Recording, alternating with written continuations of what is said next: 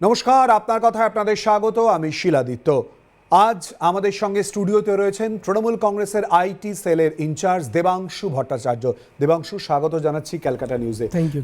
দেবাংশু, রাজ্য রাজনীতি উত্তাল, নানান বিষয় নিয়ে নানান ইস্যু আমরা ছোঁয়ার চেষ্টা করব। খুব স্বাভাবিকভাবে প্রাসঙ্গিক যেটা, বাংলা বললেই বাংলাদেশে এই প্রসঙ্গ। কিন্তু একটুখানি যে প্রেক্ষাপট তৈরি হয়েছিল, অর্থাৎ আরজিকর থেকে কসবা, বারবার করে শাসক দল কি তার ভূমিকা অ্যাভয়েড করতে পারে কোথাও? না, একদমই না। প্রথম কথা হচ্ছে অ্যাভয়েড করার কোনো জায়গাই নেই, বরং আমরাই একমাত্র দল যারা অপরাধীদের দলীয় তরফে এবং সরকারের মতো করে শাস্তি দিতে পারে। আমরা ধর্ষকদের অন্যান্য রাজ্যের বা অন্যান্য দলের মতো গলায় মালা পরিয়ে বরণ করি না। আমরা ধর্ষকদের পরবর্তীকালে নির্বাচনে টিকিট দিয়ে উৎসাহিত করি না। আমরা ধর্ষকদের এমএলএ এমপি বানিয়ে তাদের সংখ্যা পার্লামেন্ট এবং বিধানসভাতে বাড়াই না অন্যান্য রাজনৈতিক দলের মতো। কিংবা আমরা ধর্ষকদেরও ডিফেন্ড করতে টেলিভিশন চ্যানেলে এসে চিৎকার করি না। আমাদের দলের সঙ্গে আমরা নারী নিরাপত্তার ইস্যু এবং মহিলাদের সম্মানের ইস্যুতে এক্সট্রা সেন্সিটিভ। ফলে আপনি যদি দেখেন তৃণমূল কংগ্রেসের কোনো নেতা নেত্রী যার বিরুদ্ধেই কখনো নারী সংক্রান্ত কোনো অভিযোগ উঠেছে, তৃণমূল এক বিন্দু এক মুহূর্ত রেয়াত করেনি। সেটা যে কেউ হতে পারে। হালফিলের কসবার ক্ষেত্রে আপনারা দেখতে পেয়েছেন, মিডিয়ার কাছে খবর আসার আগে কসবার ছেলেটি কিন্তু অ্যারেস্ট হয়ে গেছে। আমাদের যে নির্যাতিতা বোন, সে এফআইআরে যতজন নাম বলেছিল তারা প্রত্যেকে তো অ্যারেস্ট হয়েছেই, উল্টে সেই ওখানকার যিনি সিকিউরিটি গার্ড ছিলেন তিনিও অ্যারেস্ট হয়েছেন, যার নাম কিন্তু এফআইআরেও ছিল না। এবং নির্যাতিতা বা নির্যাতিতার পরিবারও কেউ বলেনি কাউকে বাঁচানো হচ্ছে, এফআইআরে নাম থাকা কেউ গ্রেফতার হয়নি। ফলে যে পথে পুলিশের চলার কথা, প্রশাসনের চলার কথা, সে পথেই চলেছে। কোনো রং দেখা হয়নি। ওই বিলকিস বানু রেপিসদের মতো ধর্ষণ করার পর তাদের মুক্তিও দিয়ে দেওয়া হয়নি। আমরা এই কালচারে বিশ্বাসী নই। ব্যবস্থা নেওয়া হয়েছে ঘটনা ঘটার পর, প্রকাশ্যে আসার পর, জানার পর। কিন্তু ছাত্র রাজনীতি করতে গিয়ে এই রকম বিভৎস আকার ধারণ করবে বা মনোজিতের মতো লোকজন যাদের প্রভাব প্রতিপত্তি এই জায়গায় যাবে, এটা দল খবর পাবে না? এটা দল জানতে পারবে না? আগে থাকতে ব্যবস্থা নেবে না? না, দেখুন, এটা সম্ভব নয়। আপনি আপনার চতুর্দিকে আপনার বন্ধু বান্ধব, পরিবার পরিজন, প্রফেশনাল লোকজন, এত মানুষ আছে। আপনি প্রেডিক্ট করতে পারেন কালকে কে কোন অপরাধটা ঘটাবে? সেটা প্রেডিক্ট করা সম্ভব নয়। তাহলে আমাদের জ্যোতিষ হতে হয়, তাহলে আমরা পলিটিশিয়ান হতে পারবো না। কোনোদিন সম্ভব নয়। একজন মানুষ ট্রেনে করে রোজ একই বন্ধুদের সঙ্গে যাচ্ছে, তার মধ্যে কোনো একটা বন্ধু কালকে কোন অপরাধ ঘটাবে, তার দায় কি সেই বন্ধুটার? তা তো নয়। আপনি এক অফিসে কারোর সাথে কাজ করেন, তার মধ্যে কেউ যদি কালকে কোনো অপরাধ ঘটায়, তার দায় কি আপনার? আপনার তো নয়। তো আমার দলে বর্তমানে পশ্চিমবঙ্গে কোটির কাছাকাছি কর্মী সমর্থক আছে। সমর্থক বাদ দিন, কর্মীর কথা বলছি। তো সেই কোটির কাছাকাছি কর্মী যে দলে, আমাদের নেতার সংখ্যা 5-7 লাখের ওপরে, নেতৃত্বের সংখ্যা ছোট বড় মেলালে, সেখানে কোনো একজন বা দুজন কালকে কি অপরাধ করবে সেটা দলের পক্ষে জানা সম্ভব নয়। এবং কালকে কোথায় কোনো অপরাধ হবে সেটা মানে দল করুক বা অন্য কেউ করুক সেটাও জানা সম্ভব নয়। দেখার বিষয় যেটা, যে দল কি প্রশ্রয় দিচ্ছে নাকি দল ঘটনা জানার পর অ্যাকশন নিচ্ছে, তাদেরকে দমন করছে। আমি আবার বলছি, আমাদের আশেপাশে যতগুলো রাজনৈতিক দল আছে যাদেরকে তৃণমূলকে মেনলি তাদের সাথে বাংলায় লড়তে হয়, সিপিএম বলুন, কংগ্রেস বলুন, বিজেপি বলুন, তাদের সঙ্গে তৃণমূলের বেসিক ডিফারেন্স এটাই যে তারা অপরাধ জানার পরও তাদেরকে তোল্লাই দেয়, তৃণমূল অপরাধ জানার পরে তাদেরকে দমন করে। দেবাংশু, ঠিক এখানেই আমার প্রশ্নটা ছিল। ঘটনা ঘটার পর কিন্তু এই ব্যক্তি সম্পর্কে বা এই তৃণমূল ছাত্র পরিষদের এই নেতা সম্পর্কে বারবার করে অভিযোগ এসেছে এবং কোথাও না কোথাও প্রশ্রয়ের প্রসঙ্গ উঠেছে। তুমি বলছিলে যে শুধু নেতার সংখ্যাই 5 থেকে 7 লাখ, তাহলে কর্মী কত হতে পারে, তাহলে সমর্থক কত হতে পারে? শাসক দলের এই সমর্থন তো থাকবেই।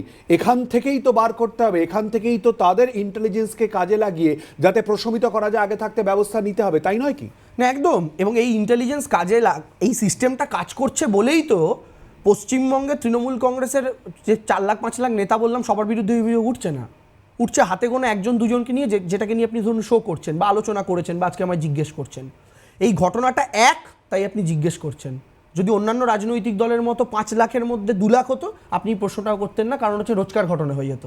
আমি এটাই বলছি, সিস্টেমটা কাজ করছে, আমাদের দলের সেই গঠনতন্ত্র কাজ করছে, গ্রাউন্ড থেকে ভালো মানুষ তুলে আনার প্রক্রিয়াটা সঠিক আছে বলেই 99% ক্ষেত্রে আমরা সাকসেসফুল হচ্ছি বলেই অভিযোগটা কিন্তু সর্বত্র নয়, 1-2জনের বিরুদ্ধে অভিযোগ হচ্ছে। এবার 5 লাখ 7 লাখ 8 লাখ লোকের মধ্যে 1-2জন সেটা পার্সেন্টেজেও আসে না। তো সেই জায়গা থেকে দাঁড়িয়ে আমরা কিন্তু সাকসেসফুল, 99% আমরা সাকসেসফুল, কিন্তু 1%-এর গ্যারেন্টি আমি আজকেও আপনাকে স্টুডিওতে বসে দিতে পারবো না শিলাদা, যে আপনি যখন আজকে এটা টেলিকাস্ট হচ্ছে দেখছেন যত তারিখে, যে কালকে আমার দলের কারোর বিরুদ্ধে কোনো অভিযোগ উঠবে না, এটা আমি আজকে এখানে বসে আপনাকে গ্যারেন্টি দিতে পারবো না। কারণ আমি আবার বলছি, আমরা কেউ জ্যোতিষ নই। আর ঠিক এখানেই অভিযোগ করা হচ্ছে বারবার করে। আমাদের স্টুডিওতে যখন এই ঘটনা একেবারে তোলপাড় হয়ে গেছিল রাজ্য, সে সময় তৃণাঙ্কুর ভট্টাচার্যের সঙ্গেই সিপিএমের তরফ থেকে সৃজন ভট্টাচার্য এসে উপস্থিত হয়েছিলেন।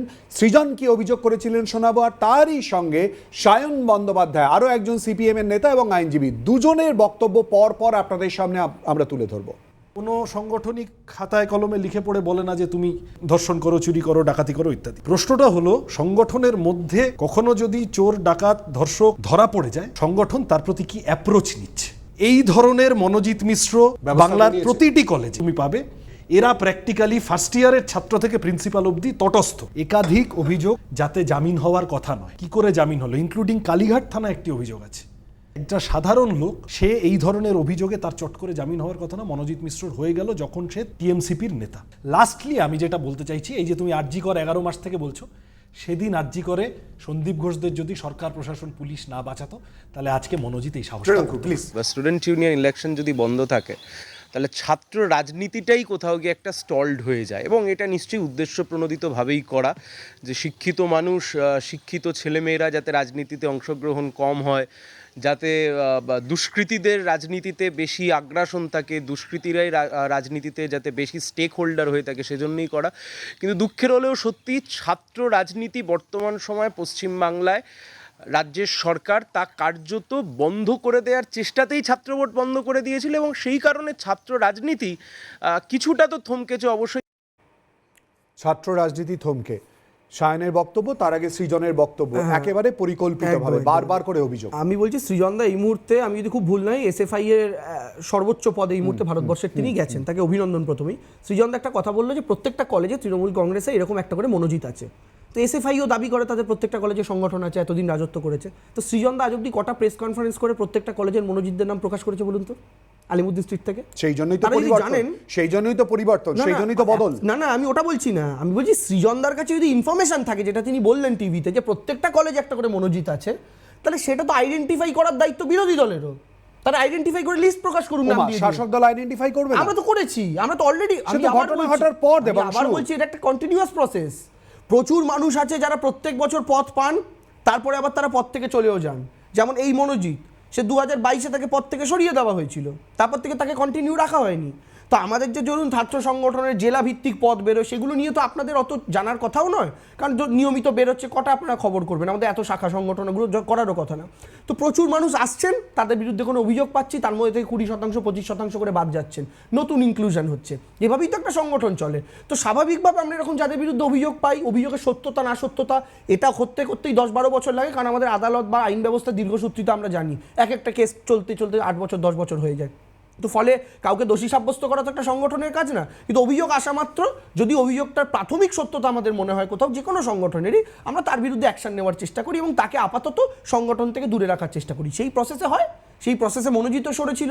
আজকের দিনেও যারা জায়গা পাচ্ছেন না, তাদের মধ্যেও কারো সম্পর্কে কোনো অভিযোগ থেকে থাকতে পারে। কিন্তু আমার বক্তব্য হচ্ছে, সৃজনদাদের কাছে যদি সত্যি প্রত্যেক কলেজে মনোজিৎ আছে, যেটা দাবি করলো সে, যদি তথ্য থেকে থাকে, তাদের নাম প্রকাশ করুক না, বলুক, প্রেস কনফারেন্স করে বলুক, এই দেখুন এই হচ্ছে মনোজিৎ, এই কলেজে নারীদের বিরুদ্ধে অভিযোগ, এই কলেজে নারীদের ইয়ে করে, এই কলেজে অভিযোগ আছে, এইটা প্রকাশ করুক না। প্রকাশ না করে শুধু হাওয়ায় হাওয়ায় কথা বলে তো লাভ নেই। আসবো আমরা এরপরেও সৃজন এবং সায়নের বক্তব্যে আমরা আসবো।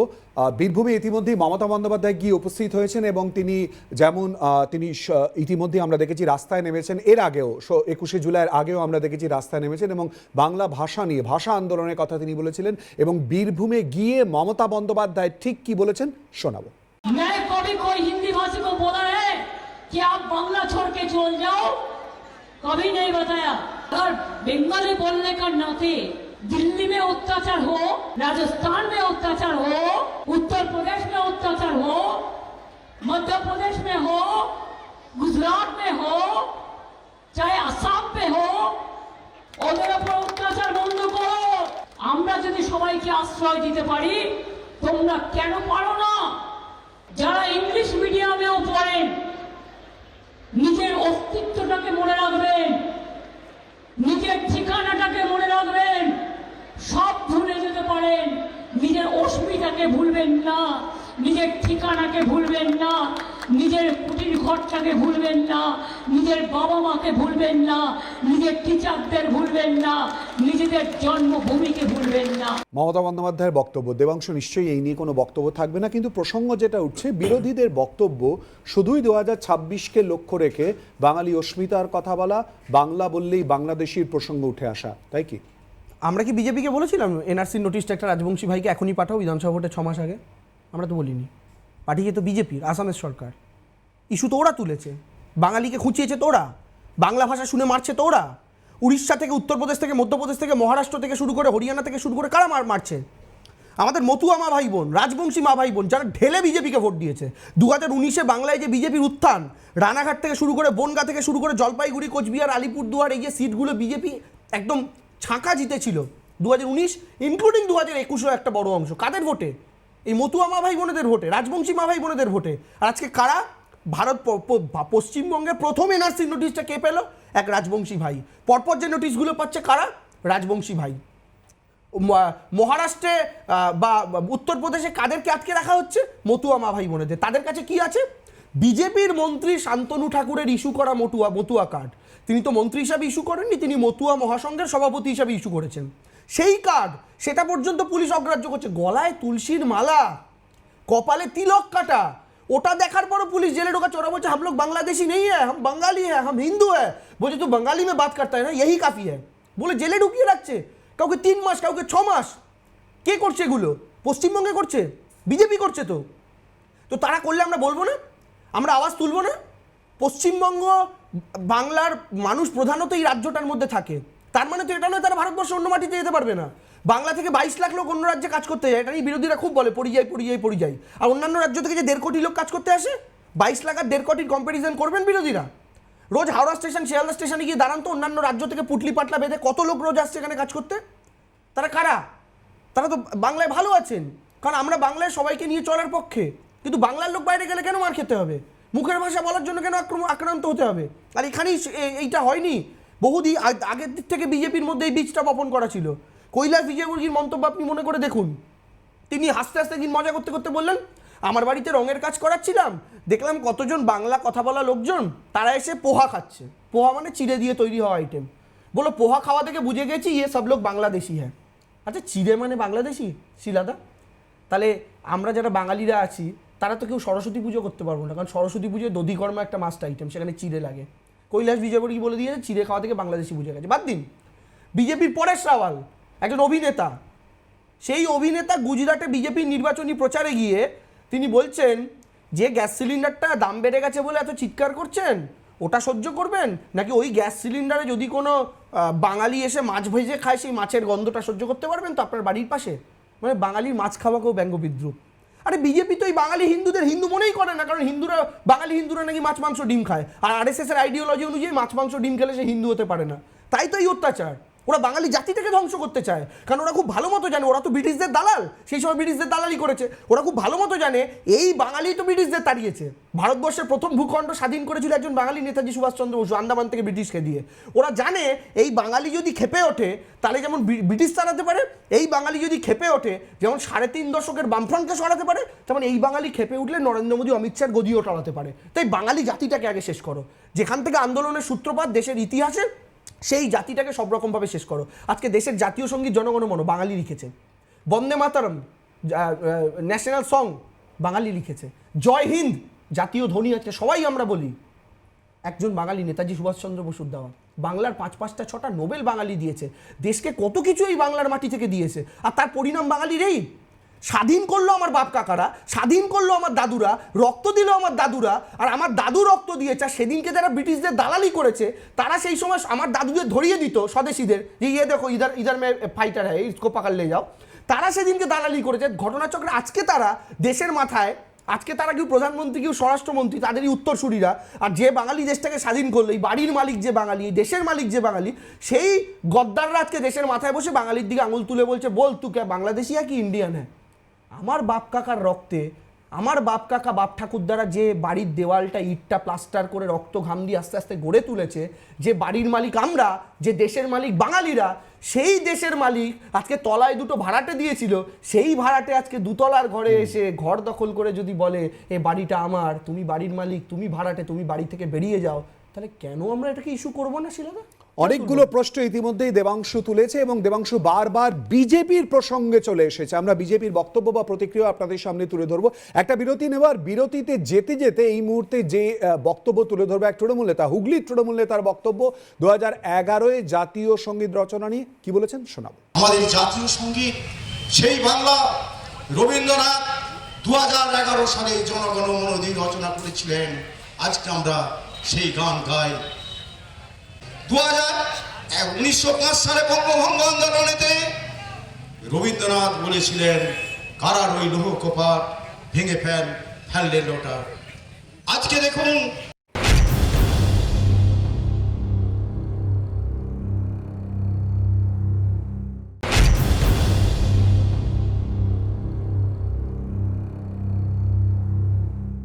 বিরতির পর আবারও আপনাদের স্বাগত। আলোচনায় আসবে, একেবারে গম্ভীর আলোচনা হচ্ছে বিজেপির বক্তব্য এবং নানান বক্তব্যের পরিপ্রেক্ষিতে দেবাংশুর বক্তব্য উঠে আসে। কিন্তু দেবাংশু, তার আগে একটুখানি শোনালাম হুগলির তৃণমূল নেতার বক্তব্য, জাতীয় সঙ্গীত রচনা নিয়ে কিছু বলবো? দেখুন, প্রথম কথাটা কে বলেছে আমি আপনার টিভি থেকে ঠিক বুঝতে পারিনি, তো অনেকটা দূরে ছিলেন।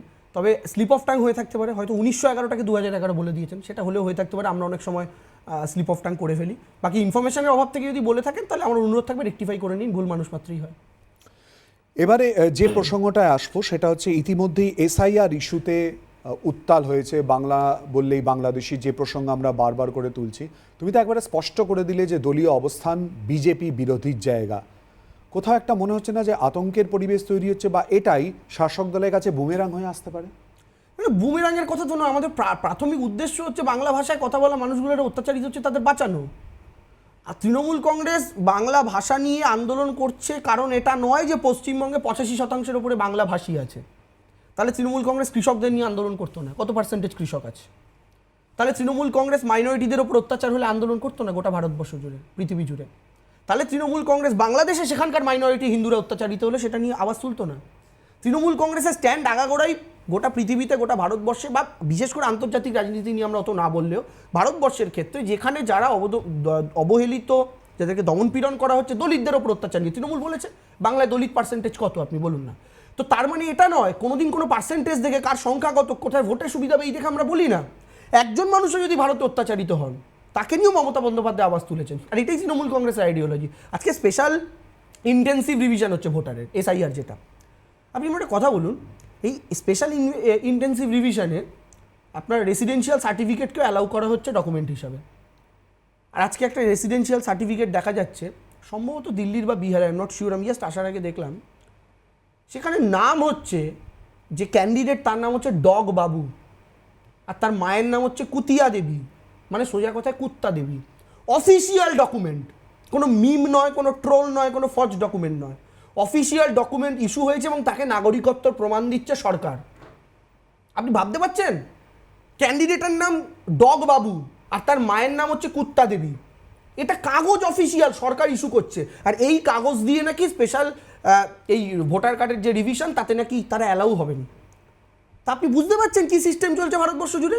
এই মিস্টেকগুলোর পরে অ্যালাউ হচ্ছে না। আমাকে আপনাকে জিজ্ঞেস করছে বাবার ভোটার কার্ড, দাদুর আধার কার্ড, জন্ম সার্টিফিকেট। আচ্ছা আমি একটা কথা বলুন তো, আমরা যারা পাকা বাড়িতে থাকি, দীর্ঘদিন ধরে এক জায়গায় থাকি, তাদের জন্য ব্যাপারটা খুব ইজি মনে হয় শুনতে। সোকল যারা সমাজের প্রিভিলেজ ক্লাস, যে বুদ্ধিজীবীদেরও দেখছি যারা তৃণমূল বিরোধিতা করতে করতে এখন বাঙালি বিরোধিতাও কিছু কিছু লোক শুরু করেছেন, আমি তাদের নাম নিচ্ছি না, তাদের কথা বাদ দিন। আচ্ছা আপনি ভাবুন তো, ঘাটাল থেকে শুরু করে উদয়নারায়ণপুর থেকে শুরু করে বাঁকুড়ার একটা অংশ, মেদিনীপুরের একটা অংশ, প্রত্যেক বছর বন্যায় যাদের ঘরবাড়ি ভেসে যায়।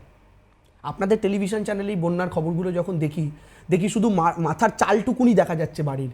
মা তার সন্তানকে মাথায় ভাতের হাঁড়িতে করে বসিয়ে নিয়ে যাচ্ছে এক জায়গা থেকে এক জায়গা।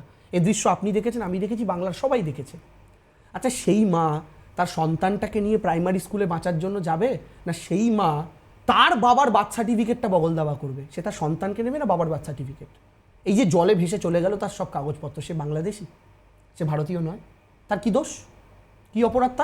তার অপরাধ এটাই যে ভারতবর্ষে নরেন্দ্র মোদী প্রধানমন্ত্রী হয়েছে এবং সে যদি ভুলবশত বিজেপিকে ভোট দিয়ে থাকে, এটা তার অপরাধ। এর বাইরে তো তার আর কোনো অপরাধ নেই। দেবাংশু, একটুখানি আটকাতে হচ্ছে। এসআইআর প্রসঙ্গ নিয়ে রাজ্য বিজেপির সভাপতি তথা সাংসদ শ্রমিক ভট্টাচার্য, তার বক্তব্য ইতিমধ্যে উঠে এসেছে, কি বলেছেন তিনি শোনাবো। কংগ্রেসের তো এটা এজেন্ডা যে রোহিঙ্গাদের নাম ভোটার লিস্টে থাকবে, কোনোভাবেই যেন সে নাম বাদ না যায়। তৃণমূলের এজেন্ডা ভুয়ো ভোটারের নাম ঢুকিয়ে রাখা, এক ব্যক্তির নাম 10 জায়গায় তুলে রাখা।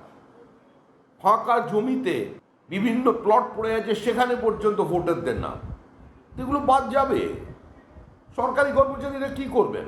সরকারি কর্মচারী তো ডিএ পান না, তারাও জানেন যে পরিবর্তন আসন্ন, তারা জানছেন এই সরকার থাকবে না। সরকারি কর্মচারীরা সেই রিস্ক নেবেন না যে ভবিষ্যতে তারা যাতে বিপদে না পড়েন, সেদিকে তারা যথেষ্টভাবে সচেতন আছেন। এবং আমাদের বহু তথ্য তারাই দিচ্ছেন যে কোথায় কোথায় এ ধরনের ঘটনা ঘটছে, কোথায় কত জাল ভোটার তৈরি করা হয়েছে, সরকারি অফিসাররা। জাল ভোটার তৈরির অভিযোগ। দেখুন, প্রথম কথা তুমি হচ্ছে ইতিমধ্যেই দুটো নাম বলেছেন। প্রথম কথা হচ্ছে বিজেপি যে এত রোহিঙ্গা করে না। আর শিলাদা, আপনি এত পুরনো জার্নালিস্ট, আপনাকে ছোটবেলা থেকেই টিভিতে দেখছি, আপনার চ্যানেলের এত দর্শক, আপনার স্টুডিওতে এত লোক, একজনকে একটু এসে বলতে বলবেন দাদা আমি না রোহিঙ্গা দেখেছি, এরকম দেখতে হয়? কেউ দেখেছেন আপনারা কোনোদিন? মনে করে বলতে পারবেন ট্রেনে, বাসে, রাস্তায় কিরকম দেখতে হয় রোহিঙ্গা? ইস্যুটা তুলছেন কেন? আমি এটাই বলছি। আচ্ছা, রোহিঙ্গাদের মুখের ভাষা কি বাংলা হতে পারে? তারা তো আসছে মায়ানমার থেকে। মায়ানমার থেকে যে আসছে তার মুখের ভাষা আশা করি বাংলা হবে না। তো বাংলার ভোটার লিস্টে সে থাকবে কি করে? কজন রোহিঙ্গা ভাষায় কথা বলা লোক ধরা পড়েছে এখনো পর্যন্ত? ওই ওই ওদের যে লোকাল ল্যাঙ্গুয়েজ, সেটা তো বাংলা হতে পারে না। 2 নম্বর বক্তব্য, শুভেন্দু অধিকারী কালকে না পরশু দিন বলেছেন দেখলাম যে বিহারে 50 লাখ লোকের নাম বাদ গেছে, বাংলায় 1.5 কোটি রোহিঙ্গার নাম বাদ যাবে। মানে বাংলায় 1.5 কোটি রোহিঙ্গা আছে। আপনার দর্শকরা, বুদ্ধিমান দর্শক, তাদেরকে বলবো একটু গুগলে সার্চ করুন, প্রত্যেকে আপনারাও করুন, যে total Rohingya population in the world, গোটা পৃথিবীতে রোহিঙ্গা পপুলেশন কত? 15 লক্ষ থেকে 20 লক্ষ হচ্ছে total Rohingya in the world. তাহলে মায়ানমারে কোনো রোহিঙ্গা নেই। মায়ানমার থেকে তো ভারতে উড়ে আসবে না, ভায়া বাংলাদেশ আসতে হবে। বাংলাদেশে কোনো রোহিঙ্গা নেই। যে রোহিঙ্গা টোটালে 15 লাখ থেকে 20 লাখ, এই ম্যাক্সিমামটা হচ্ছে 20 লাখ। শুভেন্দু বলছে বাংলাতেই নাকি 1.5 কোটি আছে। তাহলে একটাই অপশান, যে শুভেন্দুবাবুরা রোহিঙ্গাদের প্রোডাকশন ইউনিট বসিয়েছেন পার্টি অফিসের পেছনে। এছাড়া তো সম্ভব না। যেটা টোটালেই 20 লাখ, আপনি তার মধ্যেও বলছেন 1.5 কোটি নাকি বাংলায় আছে। আরেকটা কথা, এই যে বিজেপির মিথ্যাচার পলিটিক্স কীভাবে বুঝবেন? ঝাড়খণ্ড বিধানসভা নির্বাচন, প্রতিদ্বন্দ্বী বিজেপির হেমন্ত সোরেন, জেএমএম। ঝাড়খণ্ডে বিধানসভা ভোটে বিজেপির ইস্যু কি? হেমন্ত সোরেন নাকি রোহিঙ্গাদের ভোটার লিস্টে ঢোকাচ্ছেন। দিল্লিতে বিধানসভা নির্বাচন, প্রতিদ্বন্দ্বীকে অরবিন্দ কেজরিওয়াল। বিজেপির মূল এজেন্ডা কি ভোটে? অরবিন্দ কেজরিওয়াল নাকি ভোটার লিস্টে রোহিঙ্গাদের ঢোকাচ্ছেন। পশ্চিমবঙ্গে বিজেপি ভোটে লড়ছে, বিজেপির মূল, আচ্ছা বিহারে বিজেপির মূল ইস্যু কি? ইতিমধ্যে আপনারা দেখেছেন যে তেজস্বীরা জিতলে নাকি তারা রোহিঙ্গাদের বিহারে ঢোকাবে। পশ্চিমবঙ্গ বিজেপির মূল ইস্যু কি? রোহিঙ্গা। আচ্ছা, টোটালে 20 লাখ যে রোহিঙ্গা, সে আপনাদের কাছে ঝাড়খণ্ডেও ভোটের ইস্যু, দিল্লিতেও ভোটের ইস্যু, বিহারেও ভোটের ইস্যু, বাংলাতেও ভোটের ইস্যু। আমাকে একটা কথা বলুন তো, বর্ডার পেরিয়ে বাংলায় ঢুকলো রোহিঙ্গা, প্রথমে রোহিঙ্গাকে ঢুকতে হলো বাংলাদেশ, বাংলাদেশ থেকে ঢুকতে হবে ভারতে, কারণ মাঝে তো কোনো ব্রিজ নেই ভারতে ডাইরেক্ট আসার। বর্ডার কার দায়িত্বে? অমিত শাহের। আচ্ছা ধরুন অমিত শাহ ওখানে ফেল করলেন, কোনোভাবে বর্ডার পেরিয়ে ঢুকে গেল, আর আমরা নাকি রোহিঙ্গাদের বিরাট একদম আদর করে রেখেছি। বুঝলাম, যদি তৃণমূল বাংলায় রোহিঙ্গাদের আদর করেই রাখে, তাহলে সেই রোহিঙ্গা বিহার গেল কি করে? সেই রোহিঙ্গাই দিল্লি গেল কি করে? যেখানে বেশি আদর পাবে ওখানে থাকবে তো। বিজেপি শাসিত রাজ্য বিহারে তো যাবে না, আর দিল্লিতে তো যাবেই না, কারণ দিল্লির অ্যাডমিনিস্ট্রেশন অমিত শাহের হাতে। তৃণমূলের বিরুদ্ধে এই অভিযোগ কেন বারবার তোলা হচ্ছে? সব জায়গাতেই তো তারা তুলছে। আপনি 2019-এর লোকসভার আগে রোহিঙ্গা শব্দটা শুনেছেন? বিজেপি ক্ষমতায় আসার আগে টেলিভিশন ডিবেট, আপনি টেলিভিশনে বহুদিন আছেন, হিন্দু মুসলিম নিয়ে আপনাকে কটা বুলেটিন বা হেডলাইন পড়তে হতো 2014 সালের আগে? আমি আপনাকে সাংবাদিক হিসেবে জিজ্ঞেস করছি, কটা হেডলাইনে, বুলেটিনে, সারাদিনের খবরে হিন্দু আর মুসলিম এই দুটো ওয়ার্ড আপনাকে ব্যবহার করতে হয়েছে?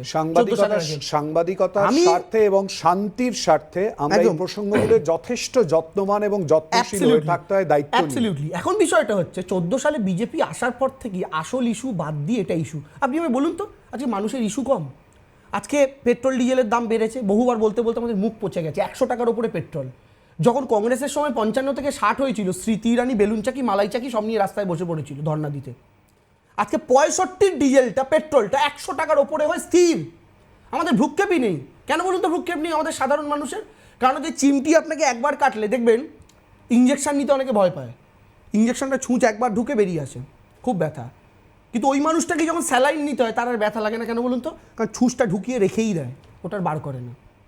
বিজেপির পলিসি এরকম, মূল্যবৃদ্ধি এমন জায়গায় নিয়ে যাও, 4 দিন আলোচনা হবে, 5 দিন আলোচনা হবে, নিয়ে গিয়ে ওখানে স্টে করে রেখে দাও, যেন ওই স্যালাইনের ছুঁচের মতো ঢুকেই তো রয়েছে 2 ঘন্টা ধরে, আর ব্যথা কেন হবে? অবশ হয়ে গেছে জায়গাটা। এটা হচ্ছে বিজেপি পলিটিক্স। কেন বলছি আমি? আজকে নিত্য প্রয়োজনীয় জিনিসের দাম বাদ দিন, ওষুধের দাম, আমার আপনার মা বাবা প্রত্যেককে ওষুধ খেতে হয়।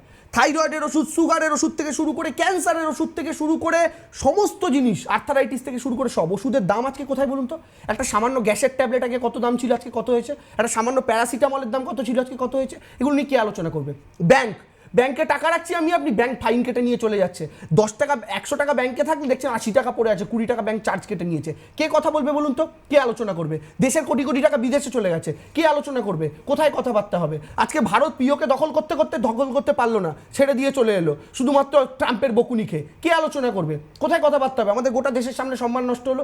এই এত কিছু ইস্যু থেকে বিজেপির ঢাকার একটাই অপশান, ওদের হিন্দু মুসলমানই করতে হবে। আপনি বলুন না, হিন্দু হিন্দু কাঠ খেলছিল, মমতা ব্যানার্জি তো মমতা বেগম হ্যাঁ, আচ্ছা মমতা ব্যানার্জি মমতাজ বেগম বুঝলাম, তো জগন্নাথ মন্দির নিয়ে গালাগালি করছিলি কেন তোরা? ওরা গালাগালি করছিল কেন? জগন্নাথ মন্দিরে দিলীপ ঘোষ এসছে বলে দিলীপ ঘোষকে গালাগালি করছিল কেন? হ্যাঁ, মমতা ব্যানার্জির সাথে শত্রুতা করতে করতে যারা জগন্নাথের সাথে শত্রুতা শুরু করে দেয় তাদেরকে হিন্দু ধর্ম শিখবো তাদের কাছ থেকে, আমি হিন্দু ধর্ম শিখবো। আপনি বলুন, আজকে মমতা বন্দ্যোপাধ্যায় রেড রোডে ঈদের দিন আমার মুসলিম ভাই বোনদের সাথে নামাজে উপস্থিত থাকে বলে কত গালাগালি বিজেপির, কই একবারও তো বলে না ওই রেড রোডে আগে শুধু নামাজ পড়া হতো, সেই রেড রোডে এত নামাজও হয় আর দুর্গাপুজোর কার্নিভ্যালও হয়, যে কার্নিভ্যাল গোটা পৃথিবী দেখে। কই বলে না তো? দেবাংশু একটুখানি আটকাতে হচ্ছে, দেবাংশুর কাছে আবারও আলোচনা করব। পিওকের প্রসঙ্গ তুলেছে, শুধু তাই নয় দিলীপ ঘোষের প্রসঙ্গও কিন্তু দেবাংশু তুলে ফেললো। কেন বোঝার চেষ্টা করব, আরও একটা বিরতির পর সঙ্গে থাকুন।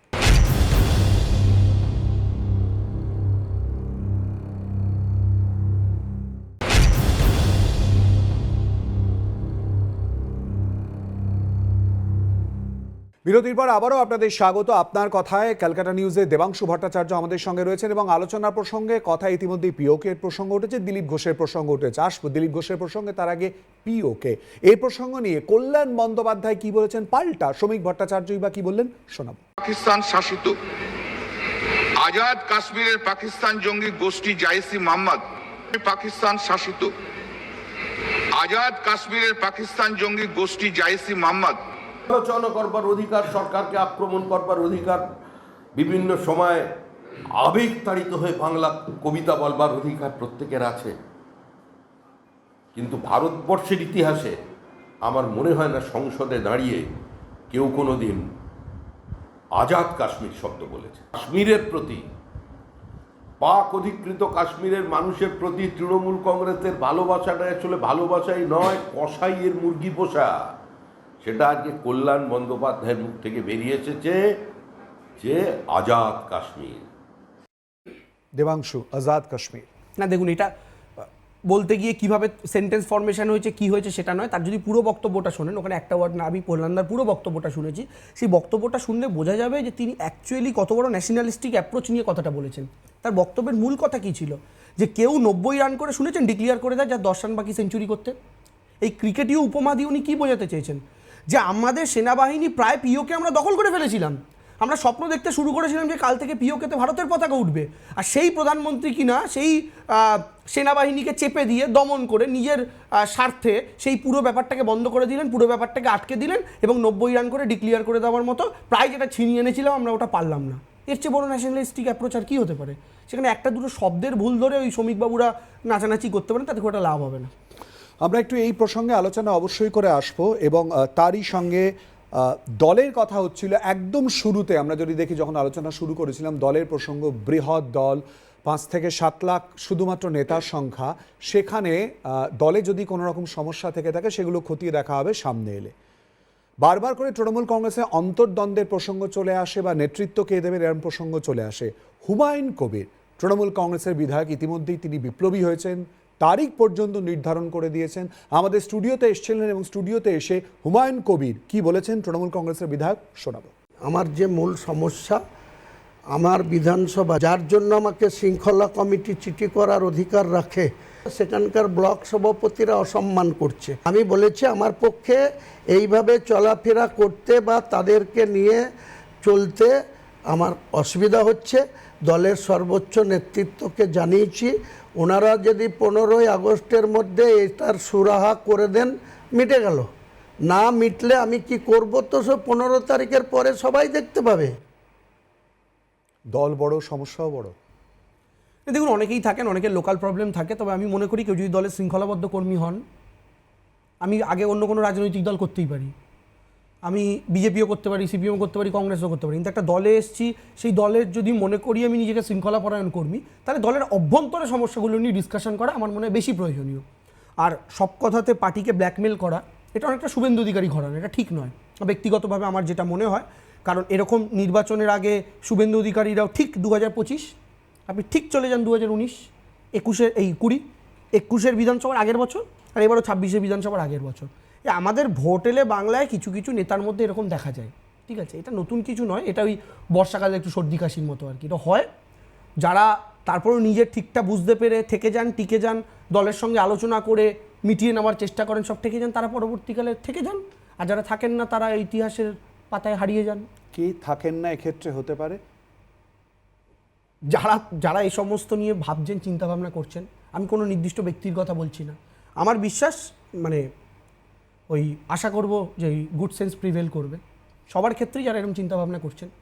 আপাতত মিনিট 40-45 এখানে আমরা কথাবার্তা বলছি বা আলোচনা করছি, নানান বিষয় দেখাচ্ছি। অন্তত 5 থেকে 6 বার শুভেন্দু অধিকারীর নাম স্বতঃপ্রণোদিতভাবে দেবাংশু ভট্টাচার্যের মুখে চলে এসেছে। হ্যাঁ, কারণ বাংলার সবচেয়ে বড় রেজিস্টার্ড চোর, একটা তার কাটা, কি বলবো, মানে এরকম উন্মাদ পলিটিশিয়ান পশ্চিমবঙ্গ আগে পায়নি। এরকম একটা চোর, ছ্যাঁচোর, বাটপার আগে কোনোদিন বাংলার রাজনীতি পায়নি। ও তো উচ্চারিত হবেই। উচ্চারণ সবার নাম হওয়া মানে গুরুত্ব দেওয়া নয়। আজমল কাসাবের নামও 30 বার উচ্চারিত হতো একসময় মিডিয়ায়, তার মানে এটা না আজমল কাসাবকে লোকে গুরুত্ব দিত, ঘৃণার চোখে দেখতো। তো সেরকম আমি আজমল কাসাবের সাথে অবশ্যই শুভেন্দু অধিকারীর তুলনা করছি না।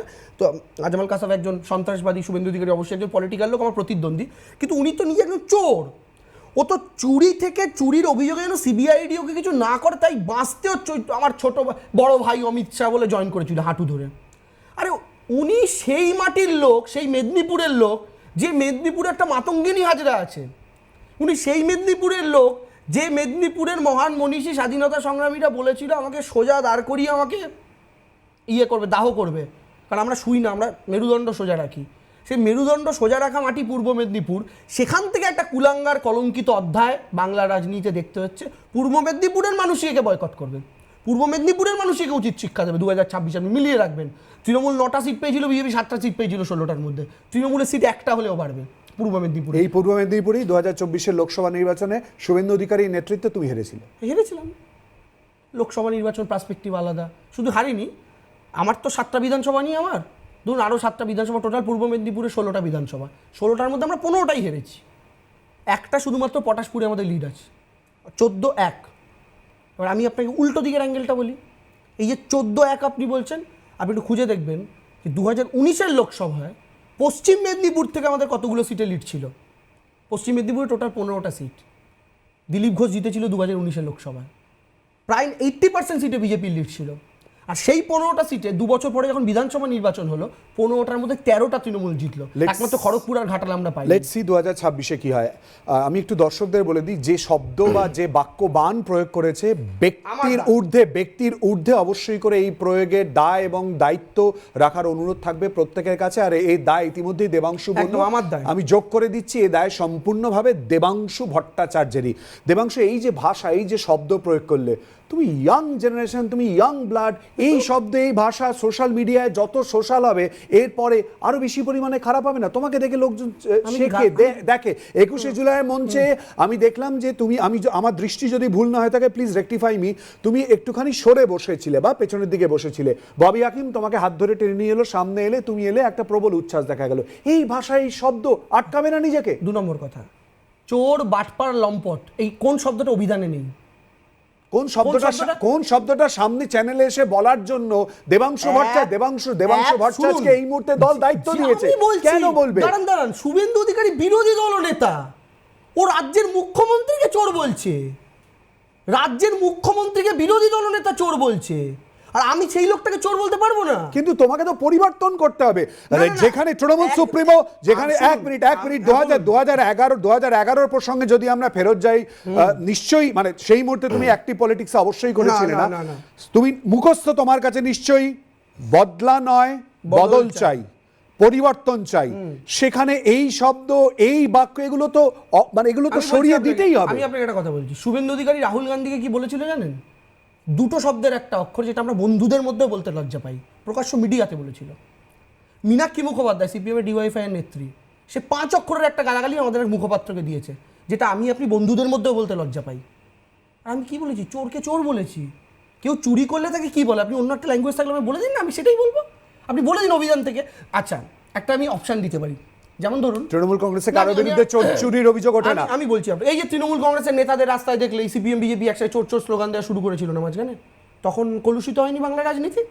হয়নি? সেটাই আমি তো আপনার- আটকাতে হবে, আমি আপনার- সেটাই তো আটকাতে হবে দেবাংশু। আমি বলছি রাজনীতিতে ইয়াং ব্লাড, ইয়াং জেনারেশন যেখানে আসবে সেই পরিবর্তনগুলোই তো এক্সপেক্টেড। ইয়াং ব্লাড হিসাবে আমার প্রাইমারি রেসপন্সিবিলিটি পশ্চিমবঙ্গের রাজনীতিকে যারা কলুষিত করছে, যারা চুরি করে, আমি আবার বলছি চুরি করে, ডাকাতি করে, বাটপাড়ি করে যারা পশ্চিমবঙ্গের রাজনীতির নামটাকে নষ্ট করছে, সেই মানুষগুলোকে চিহ্নিত করা, আর তাদের চোর বলেই চিহ্নিত করছে। তৃণমূল কংগ্রেসে কারো বিরুদ্ধে এই অভিযোগ নেই। হয়েছে, পার্টি অ্যাকশন নিয়েছে। পার্থ চট্টোপাধ্যায় চুরি করার অভিযোগ এসছে, তিরস্কৃত হয়েছে, পার্টি থেকে বহিষ্কৃত হয়েছে। আর শুভেন্দু নারদায় টাকা নেওয়ার পর পুরস্কৃত হয়েছে, বিরোধী দলনেতা পোস্ট পেয়েছে। আমরা এই নিয়ে আলোচনা করব বিস্তারিতভাবে, আরো অনেক তথ্য এবং রাজনৈতিকভাবে পুরো বিষয়ে আলোচনার গভীরে যাওয়ার চেষ্টা করব আরো একটা বিরতির পর। সঙ্গে থাকুন।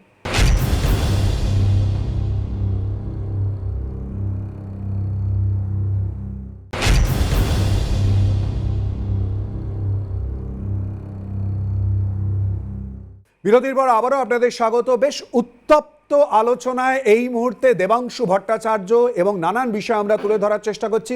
আবারও দেবাংশুর কাছে আসবো, খালি দুটো বক্তব্য পরপর আপনাদের সামনে তুলে ধরবো।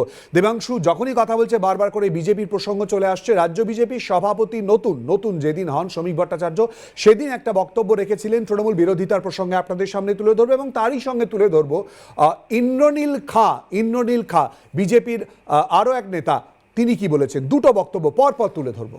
কিন্তু অনেক ভোটার আছেন যারা ভোট দিচ্ছেন নো ভোট টু বিজেপিতে, তারা ভোট দিচ্ছেন, সেই ভোটটা কার্যত গিয়ে তৃণমূল কংগ্রেসকে জিততে সাহায্য করছে। আমি সেটাকে থেকে রাখতে বলেছি এবং আমি তৃণমূল কংগ্রেসের কাছে অ্যাপিল করছি, সবাই তৃণমূল কংগ্রেসের অমৃত রস পান করেনি। আমি সেই তৃণমূল কংগ্রেসের কর্মীর কাছেও আবেদন জানাচ্ছি, এটা আপনাদের চেনা তৃণমূল নয়। যার জন্য আপনারা পরিবর্তন করেছিলেন সেটা পালাবদল হয়ে গেছে, পরিবর্তন হয়নি। তাই বিসর্জনের মধ্যে দিয়ে নতুন প্রতিবার আগমনের অপেক্ষা করুন। নির্বাচন বন্ধ করে দিয়ে মমতা বন্দ্যোপাধ্যায় পুরো কলেজ ক্যাম্পাস ইউনিভার্সিটিগুলোর মধ্যে কোনো ধরনের যে একটা গণতান্ত্রিক পরিবেশ রাখেনি, সেখানে অ্যাডমিশনের সিন্ডিকেট রান করছে এবং বাকি সময়ে যখন ওই মমতা বন্দ্যোপাধ্যায় সভাতে সাধারণ মানুষ যায় না, এই কলেজের দাদারা যারা দিনের বেলা দাদাগিরি করে, রাতের অন্ধকারে ওই মনোজিতের মিশ্রর মতন তারা গণধর্ষণ করে বেলায়, তারা এদেরকে নিয়ে ভিড় নিয়ে গিয়ে মমতা বন্দ্যোপাধ্যায়কে দেখায় যে এই আমাদের ভিড় আছে, আর সারা বছর ধরে জোর জবস্তি করে জোর জুলুম করে তাদেরকেই একদম মাথার উপর বসিয়ে রাখে। সকালবেলায় তারা ছাত্র থাকে, দুপুরবেলা তারা কলেজে আবার ইরেগুলার কন্ট্রাকচুয়াল এমপ্লয়ি হয়ে যায়, কারণ নিয়োগ, সরকারি নিয়োগ তো সবই তৃণমূলকে দিয়ে দেওয়া হয়েছে, এবং রাতের অন্ধকারে তারা ধর্ষণ করে। একদিকে আমরা দেখলাম শ্রমিক ভট্টাচার্য পালা বদলের আহ্বান জানাচ্ছেন তৃণমূল কংগ্রেসের বিরুদ্ধে, আর অপরদিকে ইন্দ্রনীল খাঁর বক্তব্য, তৃণমূল কংগ্রেসের 3টে ধাপ, সকাল দুপুর রাত্রি।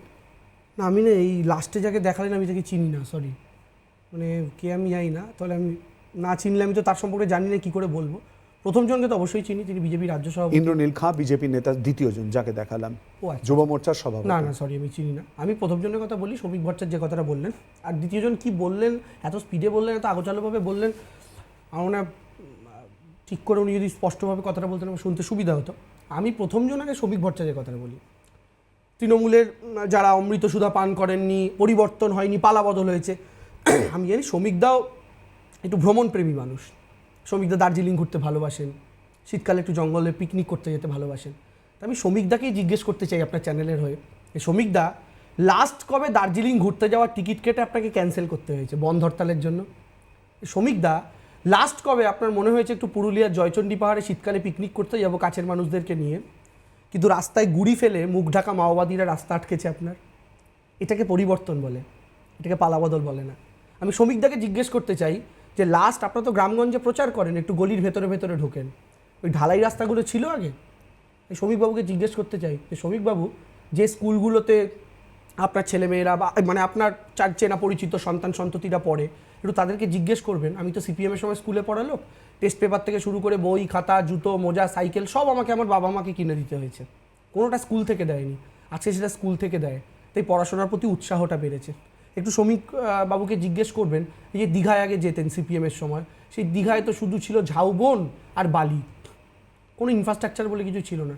আজ সেখানে ইনফ্রাস্ট্রাকচার হয়েছে, হোটেলের সংখ্যা বেড়েছে, জগন্নাথের একটা মন্দির হয়েছে। আগে কি ছিল? দক্ষিণেশ্বর মন্দির যাওয়ার সময় কি স্কাই ওয়াকটা পেতেন? জল্পেশ মন্দিরে জলপাইগুড়িতে গেলে কিছু এবং অনেক কিছু আছে বলার মতো। শ্রমিকবাবুও খুব ভালো মতো জানেন, এবং আমি ব্যক্তিগতভাবে জানি শ্রমিক ভট্টাচার্য ওই শুভেন্দু অধিকারীদের মতো ফালতু নেতা নন। শ্রমিক ভট্টাচার্য যথেষ্ট বিদ্বান একজন পলিটিশিয়ান, অর্থাৎ তিনি যে রাজনীতিটা করেন তার সম্পর্কে ওনার আইডিয়া আছে। দেখুন, দুরকম মানুষ হয়।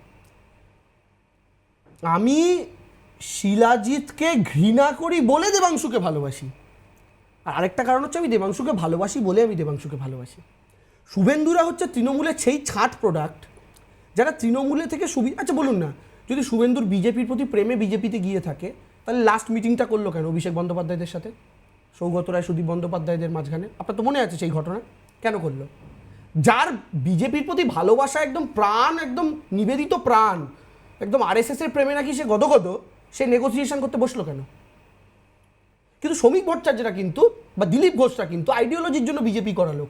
তারা আমার আদর্শগত শত্রু হতে পারেন, কিন্তু তারা সত্যি সত্যি পিওর বিজেপির লোক। কিন্তু আজকে শ্রমিক ভট্টাচার্য একা কী করবেন? তার ডান দিকে কে? শুভেন্দু। তার বাঁ দিকে কে? শঙ্কুদেব পণ্ডা। তার সামনে কে? সৌমিত্র খা। তার পেছনে কে? নিশীথ প্রামাণিক। কোন পার্টি থেকে গেছে? কি অভিযোগে গেছে? কি ছিল তাদের? তো শ্রমিক ভট্টাচার্য একা কুম্ভ রক্ষা করে নকল বুদির গড়। এই যে বিজেপির যে গড়টা ভাঙা দুর্গ হয়ে গেছে, তাদের সব চোর ছ্যাচোর তৃণমূলের, আমি আবার বলছি, সব চোর ছ্যাচোর, বিশেষ করে শুভেন্দুর মতো চোর, এবং তৃণমূলের ডাস্টবিনে ফেলে দেওয়া প্রোডাক্ট। আমি এর আগেও বলেছি, আমি আবার বলছি, মমতা বন্দ্যোপাধ্যায় একজন মহিলা, আমাদের মায়েরাও রান্না করেন। মমতা বন্দ্যোপাধ্যায় 2021-এর নির্বাচনের আগে রান্নাঘরে রান্না করছিলেন। তো আমাদের মায়েরা রান্না করার সময় যেমন আলু কাটলে 2টো পচা আলু বেরোয়, জানলা দিয়ে ফেলে দেয়। 10টা পটল কাটলেন, 2টো পচা পটল বেরোলো, জানলা দিয়ে ফেলে দিলেন। তো আমাদের দিদিও ওরম রান্না করছিলেন, 2টো পচা আলু বেরোলো, জানলা দিয়ে ফেলে দিচ্ছিলেন। 2টো পচা আলু পটল বেরোলো, জানলা দিয়ে ফেলে দিচ্ছিলেন। তো দিদি তো জানতেন না জানলার বাইরে অমিত শাহ বাটি নিয়ে দাঁড়িয়েছিল। সব কটা পচা সবজিকে বাটি করে নিয়ে গিয়ে পার্টিতে গিয়ে ফুলিয়ে ফাঁপিয়ে সাজিয়েছে, আর ওই পচা সবজির প্রোডাক্ট খাইয়েছে বলে বিজেপির সেই 2021 থেকে যে পেট খারাপ শুরু হয়েছে আজও ঠিক হয় না। কেন্দ্রীয় স্বরাষ্ট্রমন্ত্রী সম্পর্কে বক্তব্য, এই বক্তব্যেরও দায় অবশ্যই করে দেবাংশু ভট্টাচার্য, যে ইঙ্গিতপূর্ণ কথা বলেছে তার দায়ও অবশ্যই করে কিছু করার নেই। বলছি দেবাংশু, দিলীপ ঘোষের প্রতি কি খুব নরম? মানে যেমন শুভেন্দু অধিকারীর প্রসঙ্গ তুলে ধরেছে, যত আক্রমণাত্মক দিলীপ ঘোষের তত নরম। আমি শুরুতেই আপনাকে বললাম, যখন আপনি বাংলা বাঙালি নিয়ে শুরু করেছিলেন, যে তৃণমূল কংগ্রেস সমস্ত অবদমিত নিষ্পেষিত মানুষদের পাশে। ওরে বাপরে, তৃণমূল কংগ্রেস, তা বলে আমি বলছিলাম আমি দিলীপ ঘোষের পাশে। তাই তো দাঁড়ালো, আমি প্রশ্ন করলাম দিলীপ ঘোষের, তুমি বললে সমস্ত অবদমিত মানুষের পাশে তৃণমূল কংগ্রেস। আমি আপনাকে এটাকে বলছি যে আমাদের দিদিকে বলো বড় একটা ফোন নাম্বার না, প্লিজ আমি অনুরোধ করব, আমি ভুল বলছি না, এটা ও বলে দিক একবার, পিসিআর কে অনুরোধ করব এটা রেকর্ড করে রাখার। আমি এটা বলেছি, আমি বলছি আমাদের দিদিকে বলো বলে একটা ফোন নাম্বার ছিল, যেটা এখন সরাসরি মুখ্যমন্ত্রী হয়ে গেছে। যারা যারা মনে করছেন যে তারা ন্যায় বিচার পাচ্ছেন না, তারা তাদের ঘরে অত্যাচারিত হচ্ছেন, যে কেউ, তারা সরাসরি মুখ্যমন্ত্রীকে অভিযোগ জানাতে পারে, অভিযোগ জানাতে পারে। মার্জনা করবে দেবাংশু, আমি নামটা ভুল বলে ফেললাম না, আমি জাস্ট বোঝার চেষ্টা করছি। তুমি কি বলতে চাইলে যাতে একটা মিসড কল দিলীপ ঘোষ দেন? Absolutely not, absolutely not. আচ্ছা, মুখ্যমন্ত্রী হচ্ছেন সবার অভিভাবক। মমতা বন্দ্যোপাধ্যায়, শুভেন্দু অধিকারীরও মুখ্যমন্ত্রী, আমারও মুখ্যমন্ত্রী, আপনারও মুখ্যমন্ত্রী, ওই সৃজনদাকে দেখালেন তারও মুখ্যমন্ত্রী, আবার দিলীপ ঘোষেরও মুখ্যমন্ত্রী। তো দিলীপ ঘোষ যদি কোনো বিপদে পড়েন, তিনি তো, যেমন আমি যদি ধরুন আমি কোনো বিদেশে গিয়ে যদি প্রবলেমে পড়ি, আমি দেশের প্রধানমন্ত্রীকে জানাবো না? আমি তো ভারতের নাগরিক। তো তিনি নাগরিক হিসাবে বিজেপির মধ্যে যারা যারা বা সিপিএমের মধ্যে যারা যারা মনে করছেন অবহেলিত, অবদমিত, তারা মায়ের মতো করে শেয়ার করার জন্য একটা অভিযোগ জানাতেই পারেন, সেটাতে কোনো আপত্তি নেই। কিন্তু আমি এই কথাটা বলছি, আমি এতক্ষণ যেটা বলছিলাম জোকস অ্যাপার্ট, আমি যেটা সিরিয়াস কথায় আসতে চাইছি। দেখুন, এই কথা আমি কোথাও অস্বীকার করতে পারবো না, বাংলায় বিজেপির এযাবৎকালে শ্রেষ্ঠ ফলাফল 2019, যখন বিজেপি 40% ভোট পায়, তার নেতৃত্ব কিন্তু এই লোকটা দিয়েছিলেন। 2019-এ কী এমন ছিল যা 21 আর 24-এ বিজেপির নেই? 2019-এ দিলীপ ঘোষ ছিল, শুভেন্দু ছিল না। 2020-র ডিসেম্বর শুভেন্দু ঢুকলো, দিলীপ যৌথ, কিন্তু দিলীপ ঘোষ থেকে 40% নিয়ে গেলেন। তারপরে আমাদের পার্টি থেকে, আমাদের কোনো এক জ্যোতিষ হাত দেখে বলেছিল, তোমাদের পার্টিতে না এই রাহু কেতুর অবস্থানগুলো একটু ঠিক করতে হবে। ও বাবা, অটোমেটিক, মানে বলে না ঘরে সাপখোপ থাকলে ছোটোবেলায় মাঠা ঘুমাটা বলতো ঘরের কোনায় কার্বলিক অ্যাসিড দে, আমরা জানি না কোথায় লুকিয়ে আছে, কোনায় কোনায় দিয়েছি, সব দিকে হই হই করে সাপ খোপ মাকড়সা গিরগিটি সব বেরিয়ে যাচ্ছে। তার মধ্যে একটা বিরাট জলডোরা সাপ, এমনি জলডোরা, ছবল মারতে পারে না, বিষ নেই, কিন্তু জলডোরা সাপ তো ঘরে কে নিয়ে শুতে চায়, ও দেখলাম বেরিয়ে গেল। কিন্তু সাপ যে অ্যাকচুয়ালি রাহু কেতু শনির দশা নিয়ে ঘরে বসেছিল জানতাম না। এই শনির দশা, রাহুর দশা, কেতুর দশা বিজেপিতে গিয়ে যুক্ত হলো 2020 ডিসেম্বর। দেখুন 2019-এ 121-এর লিড থাকা বিজেপি 2 বছরের মাথায় কমে হয়ে গেল 77। 2019-এ 18 সিট থাকা বিজেপি কমে হয়ে গেল 12। আমার সময় সংক্ষিপ্ত, আমি চেষ্টা করব যে দিলীপ ঘোষ, শুভেন্দু অধিকারী এই প্রসঙ্গ নিয়ে আলাদা একটা সেগমেন্ট করার জন্য, যাতে অবশ্যই করে দেবাংশু ভট্টাচার্য একদম থাকবে। আমার আসবো। সময় শেষ। একেবারে একটু অন্যরকম প্রশ্নের উত্তর নিয়ে আমাদের আলোচনা শেষ করব। 2026-এর আগে দেবাংশুর বিয়ে নাকি বিধানসভা নির্বাচনের টিকিট, কোনটা হবে? বাবা, আমার তো সবে 29 বছর বয়স, এত তাড়া দিচ্ছেন কেন বলুন? এত তাড়া দিচ্ছেন, আপনারা শহীদ হয়েছেন আর আমায় কেন টানছেন? ঠিক আছে, না আমি সেটার জন্য বলছি না। অবশ্যই সবারই একটা তো পারিবারিক দায়বদ্ধতা থাকে, মা বাবারও একটা ইচ্ছা থাকে। সেটাও আমার আছে 3-4 বছর ধরেই। আমি মা বাবাকে বুঝিয়ে পাইনি, আমার বয়সটা অনেক ছোট। এখনকার দিনে 27, 28, 29, 30টা কোনো বয়স নয়। তো সেই জায়গা থেকে দাঁড়িয়ে নিশ্চয়ই পরবর্তীকালে ভেবে দেখব। আর বিধানসভা নির্বাচনের টিকিটের কথাটা যেটা আপনি বললেন, দেখুন সেটা তো আমার হাতে নেই, সেটা দলের হাতে। দল যদি সিদ্ধান্ত নেয়, দল যদি মনে করে যে দেবাংশুকে কন্টেস্ট করানো দরকার, এইখান থেকে কন্টেস্ট করানো দরকার, কি ওইখান থেকে কন্টেস্ট করানো দরকার, completely up to my party. আমার দলের ওপর বিশ্বাস আছে। কোনো দিন তো ভাবতে পারিনি একটা সম্পূর্ণ অরাজনৈতিক, বরং আমার বলে রাখা ভালো, আপনাদের ক্যালকাটা নিউজ থেকেই আমার প্রথম বাংলা চ্যানেলের ডিবেট শুরু। এটা আমি আজকে, এবং আপনাদের ক্যালকাটা নিউজ আমি প্রায় 5-6 বছর পরে আসছি, কিন্তু আমার এখান থেকেই ডিবেটের শুরু বাংলার রাজনীতিতে। আপনাদের 2017 সালে ইয়ং লিডার্স নামে একটা প্রোগ্রাম হতো, তখন আমি প্রথম আসতাম, প্রথম আমার বাংলা ডিবেট শুরু। যাই হোক, তো সেই সময় থেকে আস্তে আস্তে একটা ছেলে যার কোনো রাজনৈতিক ব্যাকগ্রাউন্ড নেই, যার কোনো সেই অর্থে মা, কাকা, দাদা কেউ রাজনীতির সঙ্গে যুক্ত নয়, সেরকম একটা ছেলেকে একটা গলি থেকে তুলে ধরে 2024-এর মতো একটা ইম্পর্টেন্ট ইলেকশন, যেখানে বিজেপি তৃণমূল দুজনেই মানে এমন একটা পরিস্থিতি, ভয়ঙ্কর একটা লড়াই, সেরকম একটা ইম্পর্টেন্ট লড়াইতে একটা সন্ধিক্ষণে একটা 28 বছরের ছেলেকে ক্যান্ডিডেট করবে, তাও এরকম একটা ইম্পর্টেন্ট সিট থেকে, তা আমার তো কল্পনাতেই ছিল না কোনো দিন। এটা আমাকে আমার দল দিয়েছে, এটা তৃণমূল কংগ্রেসেই সম্ভব। বিজেপিতে থাকলে কামিনী আর কাঞ্চন লাগে, যেটা তথাগত রায় বলেছিলেন। আমার দলে বিশ্বাস করুন কিচ্ছু লাগেনি, শুধু ডেডিকেশন আর ভালোবাসা লেগেছে। এই ডেডিকেশন আর ভালোবাসা নিয়েই আমি বিশ্বাস করি, দলের প্রতি আমার সমর্পিত। ভোলানাথের প্রায় পায়ে পুষ্প অর্পণ করা আমার কাজ। পাল্টা ভোলানাথ কখন কি আশীর্বাদ করবেন সেটা তার ব্যাপার, দেখা যাক, অপেক্ষা করতেই হবে। আমাদের সময় একেবারেই শেষ, আমাদের এই আলোচনা এখানেই শেষ করতে হবে। দেবাংশু, ধন্যবাদ আমাদের সঙ্গে এই আলোচনায় স্টুডিও অংশগ্রহণ করার জন্য। সঙ্গে ক্যালকাটা নিউজের প্রসঙ্গ ইতিমধ্যেই দেবাংশু তুলেছে, যেখান থেকে তার ডিবেটের যাত্রা শুরু হয়েছিল। কিন্তু আজকের ডিবেট আমাদের এখানেই শেষ করতে হচ্ছে। সঙ্গে থাকুন, চোখ রাখুন ক্যালকাটা নিউজে।